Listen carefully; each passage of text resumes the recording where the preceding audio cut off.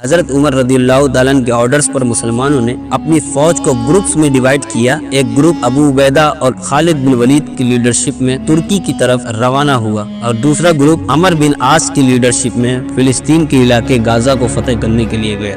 بہت ساری چھوٹی چھوٹی جنگوں کے بعد مسلمانوں نے یہ سارا علاقہ بھی فتح کر لیا، لیکن اس ساری جنگوں میں ایک جنگ کو ڈسکس کرنا بہت ہی امپورٹنٹ ہے، کیونکہ یہ جنگ ایک بہت ہی بڑی جنگ ہونے والی تھی، کیونکہ رومن امپائر ہزاروں کی فوج لے کر اس برج کے پاس کھڑی تھی اور دریا کے دوسری طرف ابو عبیدہ صرف 15,000 کی فوج کے ساتھ کھڑے تھے، اور اب ایک بار پھر مسلمان اور رومن کے درمیان ایک بہت ہی بڑی جنگ ہونے والی تھی۔ لیکن اگر یہ اتنی بڑی جنگ تھی تو ہم نے آج تک اس کے بارے میں کچھ سنا کیوں نہیں؟ کیونکہ یہ جنگ شروع ہونے سے پہلے ہی ختم ہو گئی۔ جیسے ہی مسلمانوں کی فوج ایک دوسرے کے سامنے آئی، اچانک رومن امپائر نے دیکھا کہ ان کے ایک سائیڈ سے کچھ آوازیں آ رہی ہیں۔ جب رومن فوج نے تھوڑا غور سے دیکھا تو ایک دوسری فوج فل اسپیڈ ان کی طرف بڑھ رہی تھی۔ یہ فوج کون لیڈ کر رہا تھا؟ خالد بن ولید۔ آج تک اس بات کا پتہ ہی نہیں چلا کہ خالد بن ولید نے کب اور کیسے اس دریا کو کراس کیا۔ اچانک جنگ سے پہلے ہی خالد بن ولید نے وہاں پہنچ کر اس رومن فوج کو کراس کر دیا اور رومنز ایک بار پھر یہ جنگ کو چھوڑ کر